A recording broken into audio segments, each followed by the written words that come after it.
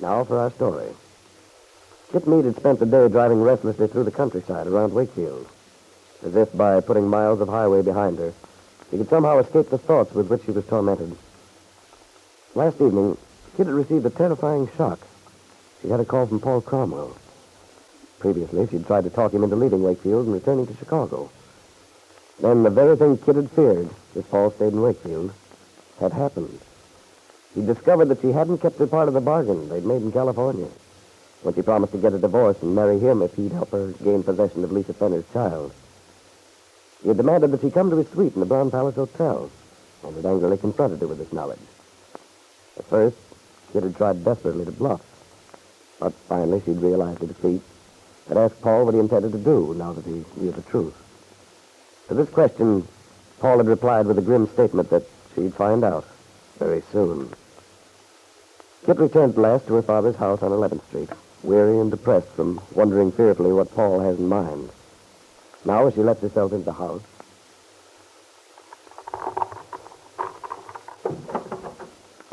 Well, here you are. At last. Hello, Dad. Where have you been, kid? I asked Jessie, Miss Thorndyke. Nobody seemed to know. It's not my custom to tell the whole household every time I step outside the door. Well, it might be a good habit for you to cultivate. Tell you one thing it would do. It would put my mind at rest a lot of times. Well, Dad, please don't keep me standing out here in the hall while you give me one of your lectures. I'm not lecturing you, my dear. I'm very sorry. Come into the study. There's a nice fire going in there.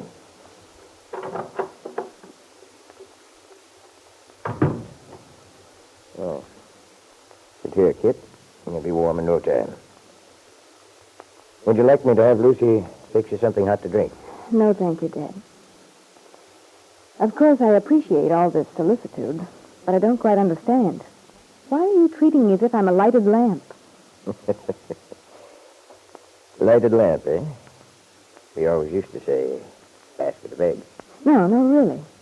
You make me feel as if I'm an invalid. Well, I'm awfully sorry, Kit. I don't want to do that. No, it's just that I'm worried about you lately.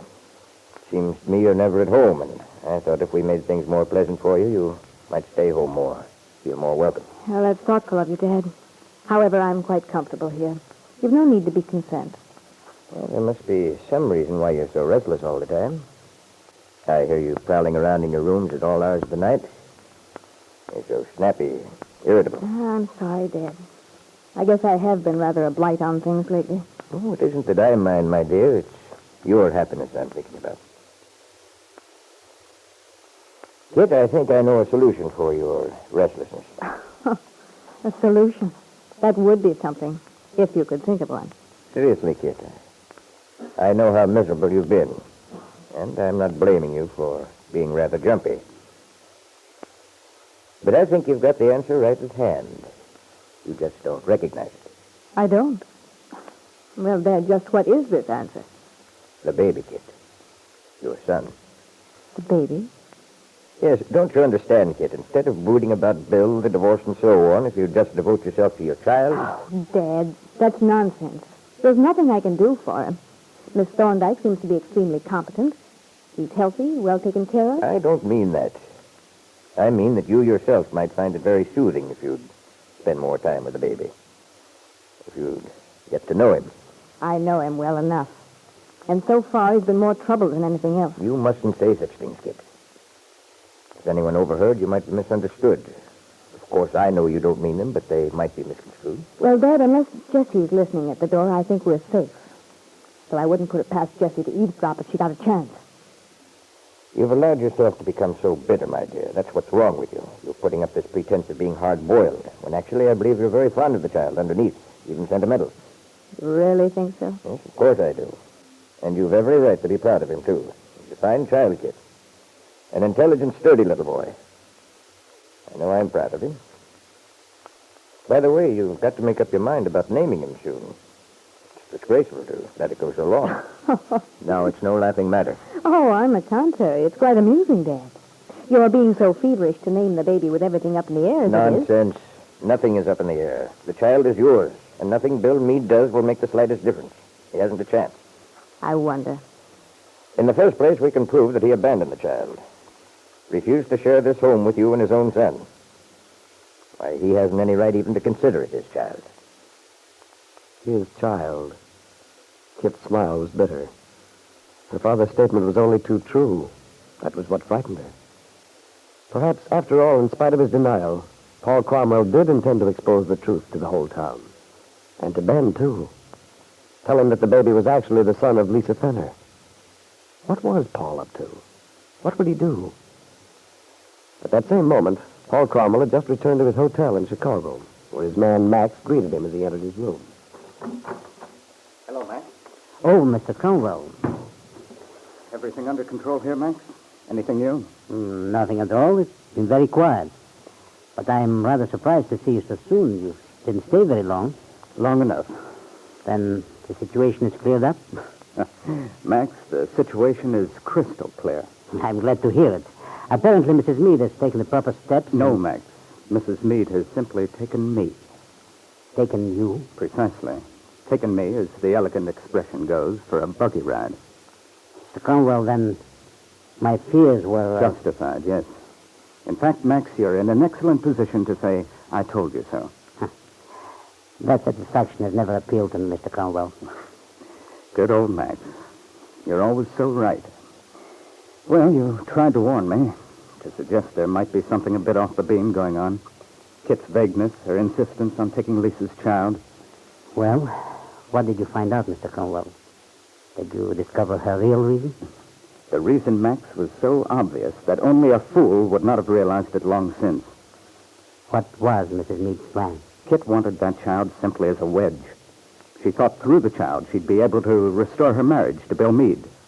Restore her marriage? Yes, but it didn't work. But I had understood that... So had I, Max. You know very well what our agreement was, that Kit would divorce Meade, that she and I would eventually get together. Well, on the contrary, Kit's contesting the divorce. It's Bill Meade who wants one. Did you learn this from Mrs. Meade, or... Oh, no. Kit was very happily twisting me around her little finger, as usual, being as vague as ever. Fortunately, I got the whole story from someone in Wakefield who's in a position to know the real truth. Mr. Cromwell, I'm sorry. I know how painful this must She's made a fool of me, Max, a gigantic, blundering fool. That's too bad, but the wound is new, Mr. Cromwell. It will heal. The whole matter can be forgotten in time and... No, Max, it can't be forgotten. This is one time I'm not going to let the beautiful Mrs. Meade get away with it. But what do you propose to do? I'm going to see that Kit pays for not playing the game according to the rules. I see. But how, Mr. Cromwell? Well, it's really quite simple. I'm merely going to tell Lisa the truth. Mrs. Fenner? You intend to tell Mrs. Fenner everything? Everything, the entire sordid tale. Oh, but, Mr. Cromwell, excuse me, but are you sure that is wise? Perhaps it isn't, but on the other hand, what have I got to lose? Mrs. Fenner's in such an emotional frame of Well, mind. that's exactly the point. You know how Lisa's been acting. For months now, she's been practically hysterical, talking about how she regrets giving Kit the child, wanting it back. Yes, that is true. Well, there you are. If Lisa were to learn what's happening in Wakefield, find out that her son is the center of the rumpus between Kit and Bill Meade, what do you suppose she'd do? I'm inclined to think Mrs. Fenner might make trouble of some sort. Right.